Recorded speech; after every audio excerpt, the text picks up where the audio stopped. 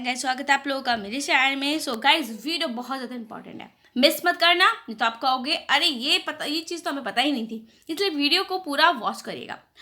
अशोक लेलैंड के बारे में बता दूं क्या? देखिए पीडीएफ के रिजल्ट्स आने वाले हैं, उससे पहले थोड़ा सा जल्दी आपको अपडेट दे देती हूँ, ठीक है।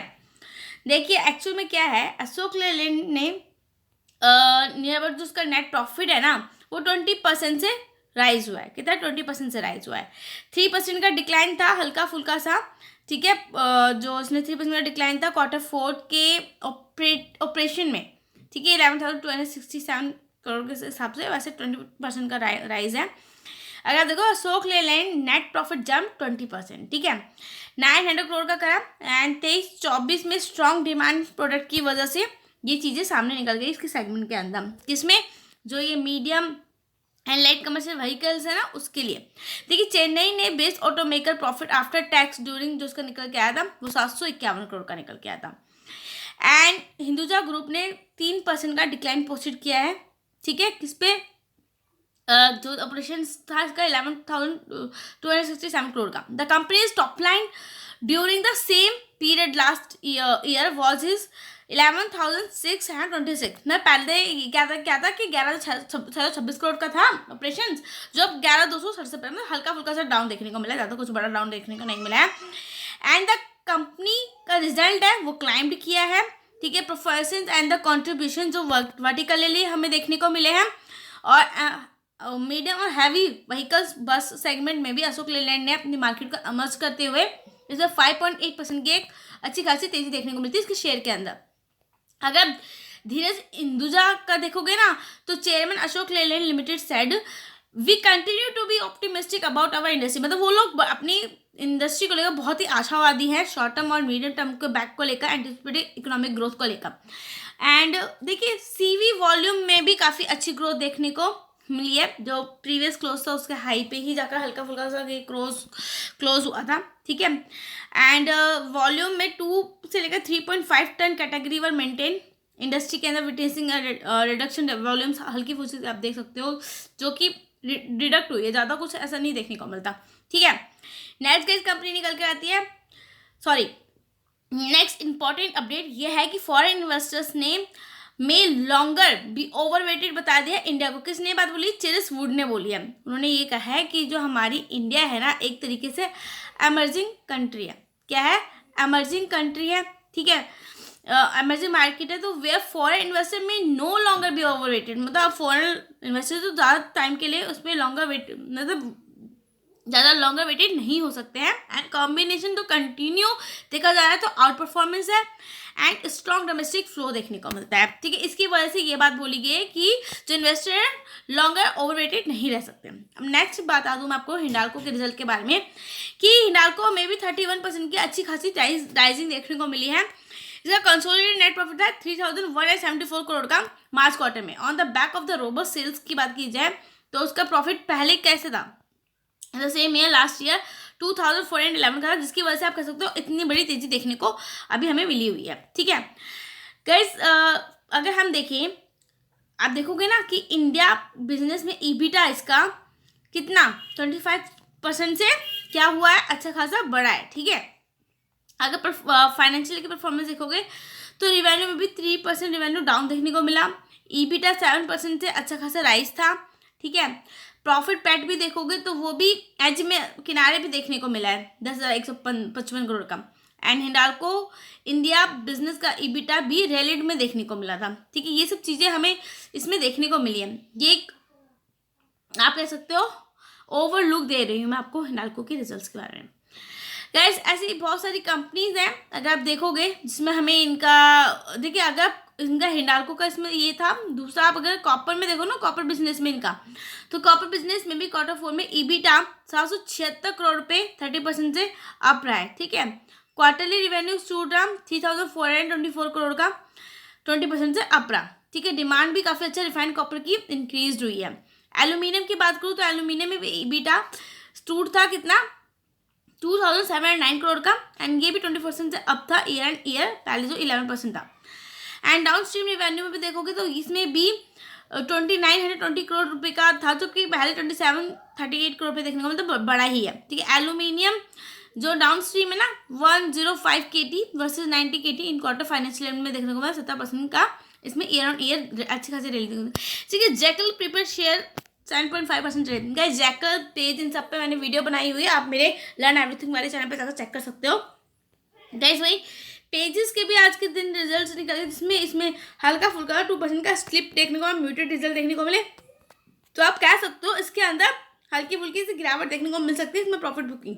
ठीक है, मामा अर्थ के बारे में बात करूँ, मामा पेरेंट्स अर्थ के बारे में, ये 7% इसका ओवर हाई सोर्स देखने को मिला, प्रॉफिट इसका काफ़ी अच्छा निकल गया है। एक्चुअली में क्या है, कंपनी ना पहले अगर आप देखोगे, देखिए यहाँ पर अगर मैं बताऊँ, the company net profit came 30 crore quarter financial year 24 में against a loss of 160 crore. मतलब पहले कंपनी को 160 करोड़ का लॉस होता, अब वो कन्वर्ट होकर 30 करोड़ पे होगा, जिसकी वजह से आप कह सकते हो उस कंपनी के अंदर पहले कंपनी 155 करोड़ से सफ़र भी कर रही थी, अब कंपनी 30 करोड़ के प्रॉफिट में आ गई है, और जिसकी वजह से इसके शेयर प्राइस में राइज देखने को मिला है। ठीक है, वॉल्यूम में भी काउंटर्स 11 लाख शेयर चेंज से हैंड टू हैंड एक्सचेंज पे देखने को मिले। एंड साथ के साथ अगर आप देखोगे ना, इनके रिवेन्यू में भी रिवेन्यू भी ग्रू हुआ है। ठीक है, 21% से, जो पहले 387 करोड़ का था तो बढ़ के 471 करोड़ पे पहुंच गए। EBITDA भी 780 बेसिस पॉइंट पे एक्सपैंड हुआ है। गाइस वोडाफोन से रिलेटेड बात ये निकल गई कि 9% का जंप देखने को मिला। क्यों? क्योंकि इसके अंदर एक्चुअल में क्या इसको रेटिंग बताई जा रही है कि 80% और ये अपसाइड जा सकता है। एंड वही स्टॉक के बारे में बता दूँ तो आप कुछ स्टॉक को रडार पर लेकर चल सकते हो। इनके रिजल्ट, इन सारी कंपनीज के आज के दिन रिजल्ट्स आने वाले हैं। ठीक है, सुजलॉन के भी आज के दिन रिजल्ट्स हैं, मनापुरम, गेलन, अशोक लेलैंड के मैंने बता दिया, हिंडाल्को का मैंने आपको बता दिया। कुछ कंपनीज के और मैं रिजल्ट्स का ओवरलुक देने वाली हूँ, जैसे कि आप देखोगे होनांसा कंज्यूमर। ठीक है, होंडा कंज्यूमर में अगर आप देखोगे तो प्रॉफिट था 30 करोड़ का वर्सेस पहले लॉस कितना था कंपनी को, 161 करोड़ का था, अब वो कन्वर्ट होकर 30 करोड़ के प्रॉफिट में पहुंच गया। रेवेन्यू भी 21% से ग्रोथ हुई है, 471 से 387, मतलब वही मामा अर्थ वाला है होनांसा कंज्यूमर। ठीक है, एंड अब शिल्पा मेडिकेयर का देखोगे तो पहले कंपनी को लॉस था 8 करोड़ का, अब वो प्रॉफिट में कन्वर्ट हो गया 24 करोड़ का। रिवेन्यू राइज हुआ 10% से, पहले कंपनी को रिवेन्यू होता 263 का, बढ़कर 291 पे पहुंच गया। अब भाई मैं अगर बताऊं आपको कॉन्कोर बायोटेक का, तो कॉन्कोर बायोटेक में आप देखिए प्रॉफिट जो है ग्रो हुआ है 3.9% से 91 करोड़ से 95 करोड़ पे पहुंच गया। रिवेन्यू भी 17% से जब हुआ 227 से 319 करोड़ पे पहुंच गया। गैब्रियल इंडिया की बात करूं तो इसमें भी 56% का जूम देखने को मिला। इसका प्रॉफिट 30 करोड़ से 52 करोड़ पे, रिवेन्यू 16 करोड़ से अब देखने को मिला 737 करोड़ से 858 पे पहुंच गया।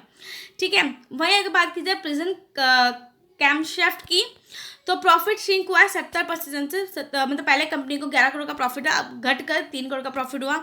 रिवेन्यू भी डिक्लाइन देखने को मिला 8% से 278 करोड़ से रिवेन्यू 256 करोड़ पे पहुंच गया। लैंडमार्क कार्स की बात करूँ क्वार्टर फोर्थ की, तो प्रॉफिट प्लग्स हुआ 55%, 24 करोड़ का प्रॉफिट 10 करोड़ पे आकर अटक गया। रिवेन्यू राइज हुआ है 1.2%, 853 करोड़ से कंपनी का रिवेन्यू बढ़कर 864 पे कन्वर्ट हो गया। गाइस ऑर्किड फार्मा की बात करूँ तो इसमें प्रॉफिट टैंक्स भी ना 49% से बढ़ा, मतलब आप कह सकते हो मतलब टैंक्स का हल्का फुल्का गिरावट 65 करोड़ से घटकर 33 करोड़ पे आ गया। रिवेन्यू 3.4% से ग्री हुआ है, 209 से 217 करोड़ पे पहुंच गया। एशियन गारंटियो इंडिया की बात करी जाए तो गाइस लॉस नैरो रहा है, 48 करोड़ से घट का लॉस अब 5 करोड़ पे आ गया। ठीक है, रिवेन्यू स्लिप हुआ 455 से 423 करोड़ का प्रॉफिट हुआ, revenue sorry. Fortis health care की बात करूँ, इसमें 46% की जंप देखने को मिली, 138 से सीधा 203 पे पहुंच गया इसका प्रॉफिट। रिवेन्यू भी 8.7% से राइज हुआ, 64 से 42 से बढ़कर 1785 करोड़ पे पहुंच गया। बेयर कॉपर साइंस की बात की जाए तो गाइस देखिए इसमें ड्रॉप्स देखने को मिला। पहले प्रॉफिट जो कंपनी को था 158 करोड़ का, घटकर 96 करोड़ पे आया, 39% का ड्रॉप देखने को मिला। रिवेन्यू डिक्लाइन था इसमें 19% का, 982 से रिवेन्यू घटकर 791 करोड़ पे पहुंच गया।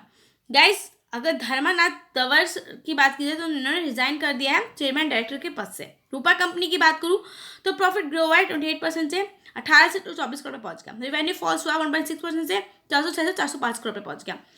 पूर्वांकारा की बात की जाए तो उसमें लॉस हुआ, कंपनी ने वैसे लॉस कम किया है 26 करोड़ से सीधा, अब आप देख सकते हो कि 6 करोड़ पे आ गई कंपनी का लॉस। ठीक है, रिवेन्यू स्पाइक्स हुए 389 करोड़ से कंपनी के रेवेन्यू बढ़कर 920 पे चले गए।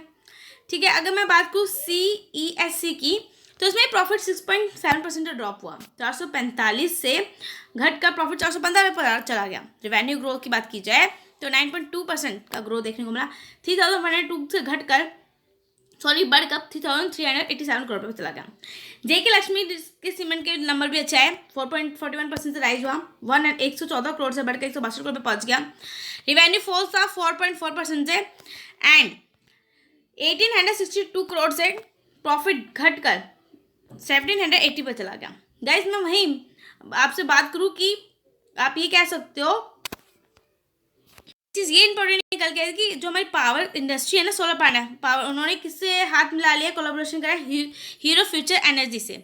ठीक है, रिन्यूएबल एनर्जी के लिए भी आप ये वीडियो को पॉज करके ये चीज़ आप पढ़ सकते हो, जो कि इंपॉर्टेंट निकल के आती है कि सोलर पैनल का हमारे मार्केट में और हमारे देश में बहुत तगड़ा बोलबाला होने वाला है। तो इनसे रिलेटेड जो भी कंपनी है ना, NTPC, टाटा पावर, जितनी भी मैंने सोलर पैनल से रिलेटेड, सुजलोन हो गया, विन एनर्जी, जितनी भी मैंने कंपनियां बताई है ना, मेरे चैनल पर जाकर आप उन कंपनियों को वॉच जरूर करना, क्योंकि अब उनमें आपको रफ्तार देखने को मिलने वाली है गाइस। क्योंकि न्यूज़ का लेटेस्ट निकल के यही है, आज की जो ब्रेकिंग न्यूज़ है ना, यही है कि हमारा जो फर्स्ट टाइम में जो था ना, क्या कहते हैं, एनर्जी टैंक, ठीक है, says that the energy think tank Amber says that for the first time in the world renewable energy accounting for 30% of total energy generation। ठीक है, 30% की जनरेशन हमें मतलब उसके थ्रू देखने को मिली रिन्यूएबल एनर्जी के अंदर। आप ये कह सकते हो रिन्यूएबल एनर्जी 30% की, सोचो, एनर्जी जनरेशन के अंदर देखने को मिला। और ये भी कहा जा रहा है कि अब हमारी India 3rd largest solar power generator पे नजर आएगी। पहले नंबर पे अमेरिका है, सेकंड पे चाइना है एंड 3rd पे इंडिया देखने को मिला। पहले 3rd पे जापान था, लेकिन अब इंडिया आ गया है। ठीक है, चीज़ें बहुत तेज भागने वाली हैं गाइस। हमारा railway, infra, EV, green energy, solar panel, इन सबसे रिलेटेड कंपनियों को अपनी नज़र पे रखिएगा, क्योंकि गाइस ये मौका दोबारा नहीं मिलेगा आपको। बाकी अगर आपको कुछ भी लगे कि मैंने कुछ गलत ऐसा कुछ बताया है, आप इसको स्टॉप करके खुद से पढ़ सकते हो। ठीक है, ऐसी कुछ भी इन्फॉर्मेशन मैंने गलत नहीं दिया, आप खुद जाकर गूगल पे, न्यूज़ पे कुछ भी करो, गूगल करो, जाकर चेक करो कि मैंने जो इन्फॉर्मेशन आप लोगों को दी कि वो इसमें कुछ भी ऐसा मिसगाइड किया है, मैंने कोई कुछ ऐसा मिसगाइड नहीं करा है। जो न्यूज़ निकल कर आती है वो मैं आप लोगों को पहले अपडेट कर देती हूँ। बाकी गाइस खुद स्टडी करो, चेक करो, द इन्वेस्ट करो। जहाँ पर नए हो तो लाइक एंड सब्सक्राइब ना मत भूलिए। बाय गाइस, थैंक यू, मिलेंगे नेक्स्ट वीडियो में।